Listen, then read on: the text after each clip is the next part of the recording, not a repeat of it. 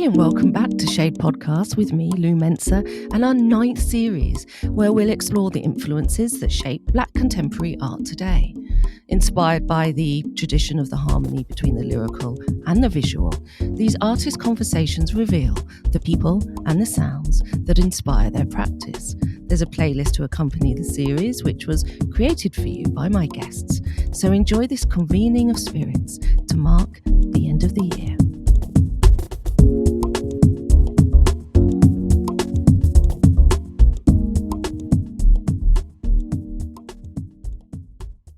Today it's my pleasure to introduce Rashod Taylor.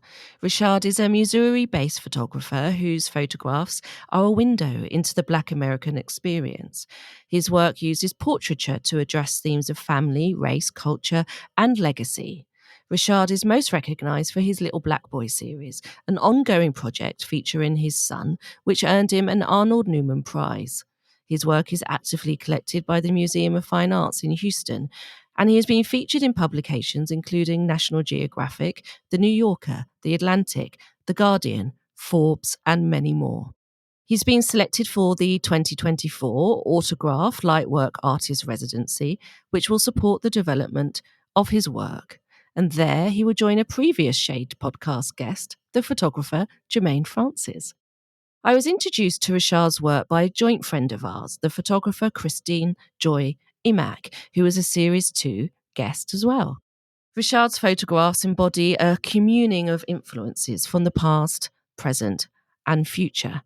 He says, I tell the story of my family history and my story in my son's story. Our conversation starts with Rashod telling us about the influence of the Negro spiritual songs on his work.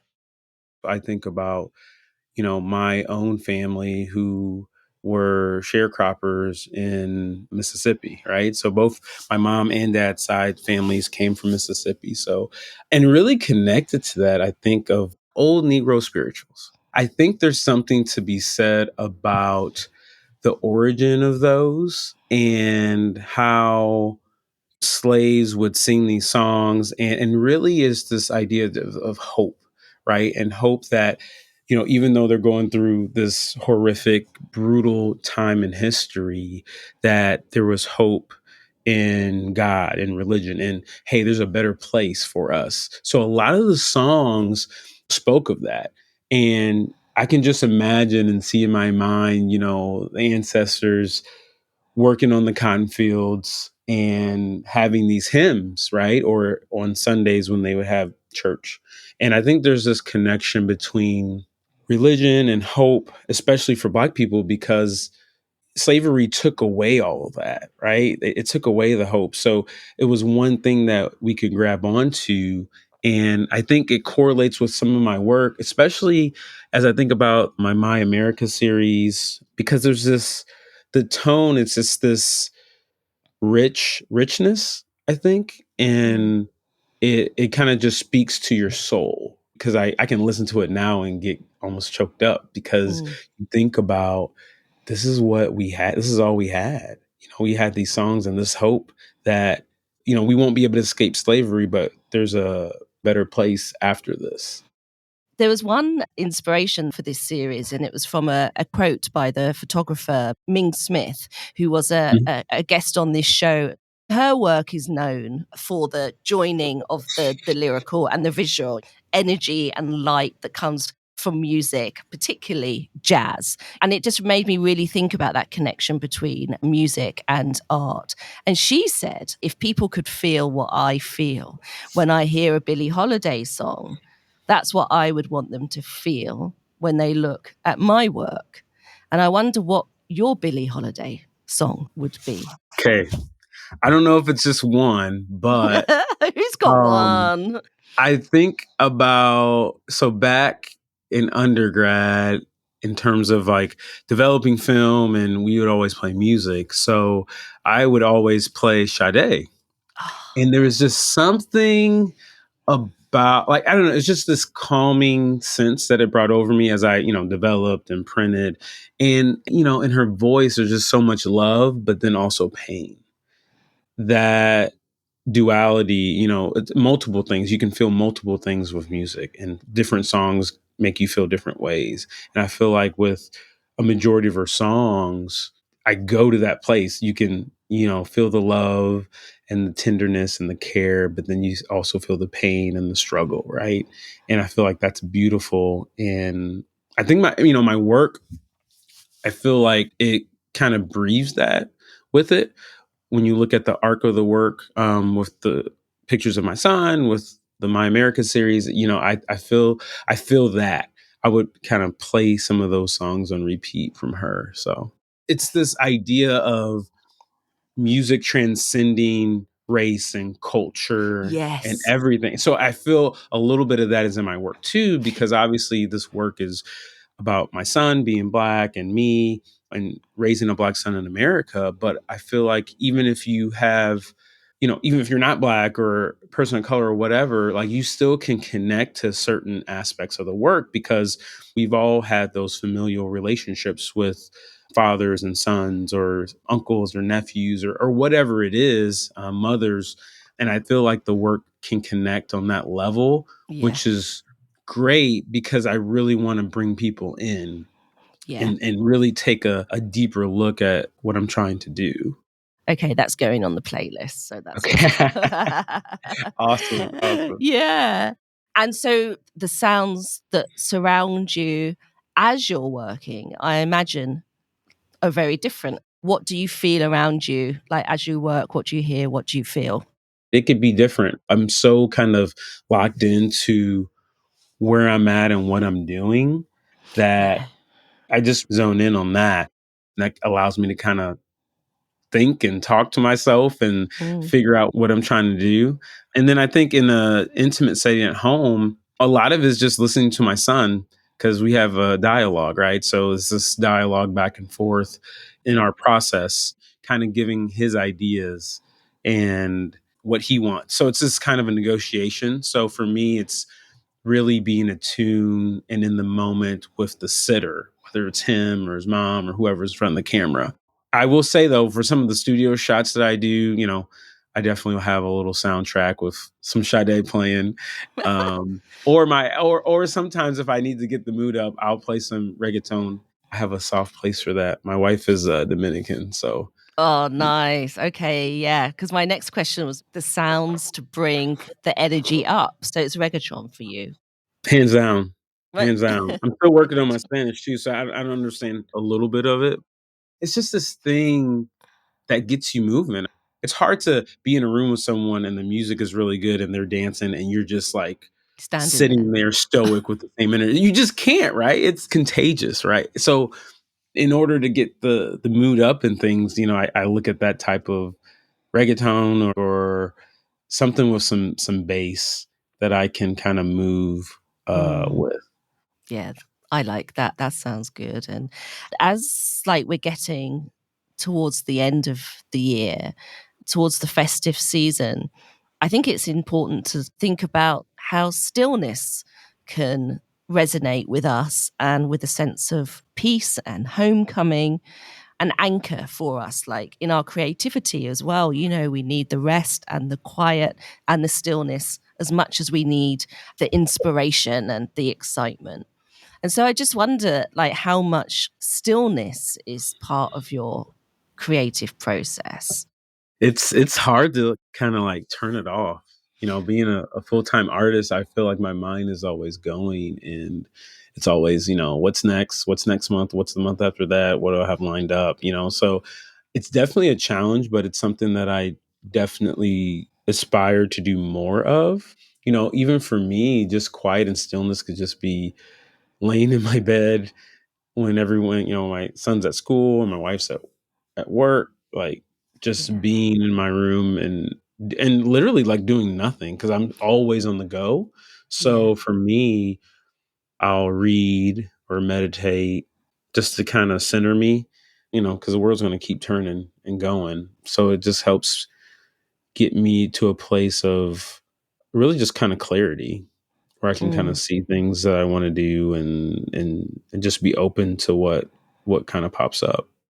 Do you find that you can allow yourself to do that? Do you find it quite easy to switch from one to the other? I'm able to really do it if I kind of go away somewhere. I go to the beach, I go for a walk in the woods. Otherwise, my mind is like always going. So, do you find that you need something to help you transition into this place of stillness? And also, what creativity do you find actually that can come from that stillness? I guess I would add on to that exercise. I'm a off and on runner. I'm one of those that kind of I'm really like goal oriented. So I've ran the Chicago Marathon before. I've run Huh. marathon relays before. So for me, it's kind of like that next task, and I Oh, get okay. excited for. Yeah, I get excited. So, but I would say while I'm running, when I do run, it is very kind of restorative from a psychological standpoint in terms of my mind because I'm just kind Yeah. of free. I love, whenever I can get to a dark room, for me, that's kind of meditating because I don't have Yeah. to. I mean, you're making, especially if you're like developing or getting film ready or even printing to an extent, it's just kind of calming. And I'm just kind of focusing on that and not thinking about everything else I have to do Yeah, it's afterward. so calming being in a dark room. You're literally shut off. It's like being in a womb, like, isn't Right. it? And like nothing from the outside world can reach you really when you're in there. And it's interesting that you mentioned running. I hear that like it can be meditative. When I hear running, like I just think of pain and anguish. So I'm really jealous. Like I've tried it. I'm really jealous of people like you who can reach that like meditative state. Like I even read that book by Murakami, which was about running. It's an author and it's called Why I Run or What I Love About Running or something. And I read it because like I loved his writing and I was like, this is going to get me into it. And it didn't work. So I'm really jealous that I've not reached that level of You know, nirvana. you could start walking is I helpful. walk. Yeah. That's helpful Yeah. too. Yeah. I enjoy it, but it does. I mean, part of me, it does kind of still suck though. I Oh, don't, I okay, would, that's good to hear. well, because here's the thing. You have to like, I try to do like something hard every year. Like every year, something physical that's hard. So Okay. lately it's been, I do this thing called Hood to Coast. It's in Oregon and it's a marathon relay with 12 people. And each person probably runs anywhere between 16 to 20 miles, 21. You're running nonstop for basically like 30 hours. So Oh my it's god. it's a relay. So each person, so like each person has the wristband or baton and they're running, and then the next person's getting ready, and then the other van is Wow. two vans. They're sleeping while the other van is running, and like it's kind of pretty I've never crazy. heard of that. But the responsibility as well, like towards your other Well, like, oh that's my that's god. the that's the part of it. It's like you feel you're obligated to your team, and it's just the idea of Yeah. like being on a team and then doing hard things together. It Yeah. obviously kind of keeps you accountable and motivates you. So, I mean, I try to do one hard thing a year, whether it's that or like a half marathon or something. As if being a photographer, like, is not hard enough, Rashad. Did you happen across it or like and it found you? Or is it something that you knew that you wanted to do and this is where you are? I think a little bit of both. I think Hmm. early on, even going back to like junior high, I was photo editor and photographer for the newspaper and yearbook and all that. And I don't know, I knew it was something that I was just very passionate about. Mm. And I think over time, obviously that grew. But at the same time, I mean, honestly, up until this past summer, I mean, I've had a 9 to 5 job. So photographically, me making photographs is really more of a exercise of me being able to kind of express myself and being in a position to do that with photography has been really just a blessing because I don't know Mm. how I would have got through everything. It's given me the space to devote a lot of my time to photography, which is definitely I mean, I'm seeing the benefits in it. And then also some of it has to come to like discipline, right? Like I made myself make pictures. whether it's every week or every other week, like I was taking the camera out, even if I wasn't, quote unquote inspired. I feel like there's inspiration and creativity that comes out of discipline and doing the same thing over and over again. That's really interesting to hear because I was a photographer before. And then I just kind of lost connection with it when I had my daughter and life. And it just Yeah. sort of it just dissipated, right? This is over a decade on. And I'm like, come on, Lou, how are you going to reconnect again? Because before, when it was just me, I didn't have like family life. It wasn't hard to pick up the camera, do a shoot. Like it just wasn't hard. Go on loads of meetings, try and network, get jobs, all of those things. Like it's all I had to do. Like it was fun. But trying to fit that into like with my family life, I found that actually quite difficult when my child was young. And so that's really interesting that you said that. And I realized that one of the reasons I started the show was to keep that sense of community with my artistic Yeah. people, right? And it's like, well, if I can't do that, I need this. So this is where this came about. But you just saying that about the discipline, I'm like, I've never considered that. I'm waiting for that one big Well, moment where I'll have a whole year yeah. Right. where I could Well, just go, right, this year's for photography. right. I think of it, so in my former life, I was in financial services. So I think of this Mm. idea of kind of compound interest. Oh. And over time, the work that you put in, it's like money, right? It's you're compounding, it's growing, it's getting bigger, just like any skill. If you think of, basketball or whatever, soccer or football, however you want to put it. But when you show up every day, you may not be able to see the benefits right then, but over time, gradually getting better. Mm. And I think that for me, making photographs, and I make a lot of bad ones too, right? So they're all, I mean, Mm. they're not all good. So Mm. I think, but for me, like, especially with the Little Black Boy series, I kept making photographs for my son, but then I started to see things in the film.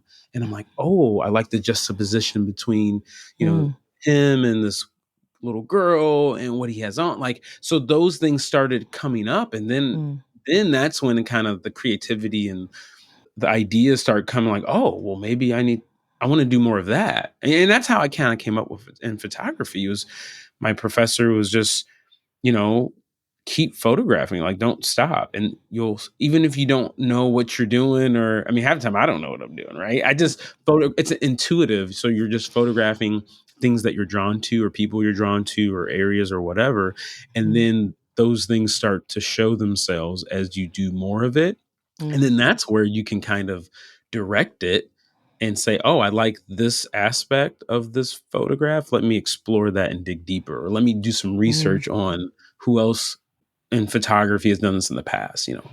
I think that's a really interesting final thought, like to end our conversation. You go towards then the photo that you want to take. And I think that it's the photo that we need to take, like sometimes at that point, like in our journey, like what is it showing us that we need to see as Right. separate from being a photographer, like as a person, as part of my personal growth?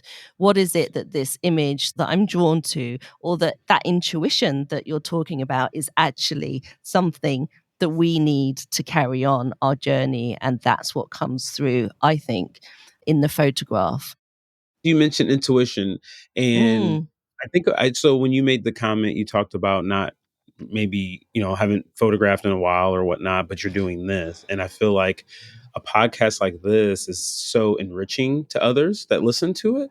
Like, especially for me, like listening to it and hearing ideas like that inspires me. But I would make this one point that everything that we consume, whether it's reading, music, podcasts, it really enriches our psyche, right? So Yeah. whatever comes out of, whatever you photograph or write is really a reflection of what you're putting in. So going back to the kind of doing things every day, like it comes out in your everyday. I think what you're doing is great, and I appreciate it. I think I needed to hear that too. So that was really kind and a generous thought. It's been a pleasure speaking with you. Thank you, Lou. I appreciate it.